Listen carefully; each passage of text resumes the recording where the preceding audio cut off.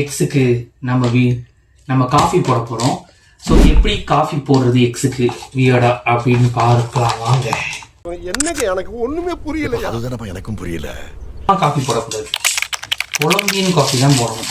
ஏன்னா இது வந்து காஸ்ட்லியான காஃபி. தேவையான அளவு. இதோட தேன் வந்து முக்கியமானது. ஏன்னா அவ வந்து தேனா பேசுவா. பேசுனால கொஞ்சம் தேன் ஊத்துறோம் அவளுக்காக.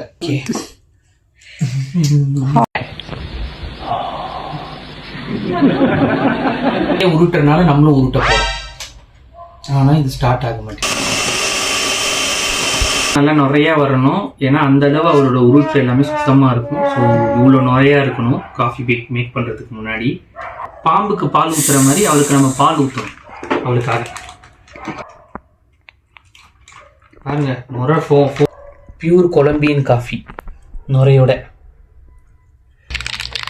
எக்ஸுக்கு வந்து அருமையான ஐஸ் போட்ட அவ தேன் சொட்ட பேசுற இந்த காஃபி. இது என்ன பிரமாதம்? இது விட ஸ்பெஷலைட் ஒண்ணு இருக்கு, கூவுடா. நம்ம ஸ்பெஷலா ஆட் பண்ணணும். அதுக்காக நான் வந்து ஒரு இன்கிரீடியன்ட் வச்சிருக்கேன். அவன் தான் இவன் வந்து வாய் சுத்தமா இருக்கணும், நாக்கு சுத்தமா இருக்குங்கிற ஒரே காரணத்துக்காக அவளுக்கு பிடிச்ச ஃபிளேவர்ல இருக்க டாபர் ரெட் பேஸ்ட் அது கூட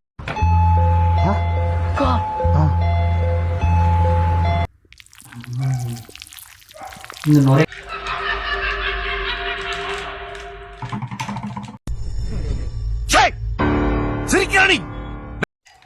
உனக்கு ஒரு சர்ப்ரைஸ் வச்சிருக்கேன். அதுல குடிச்சு பாரு.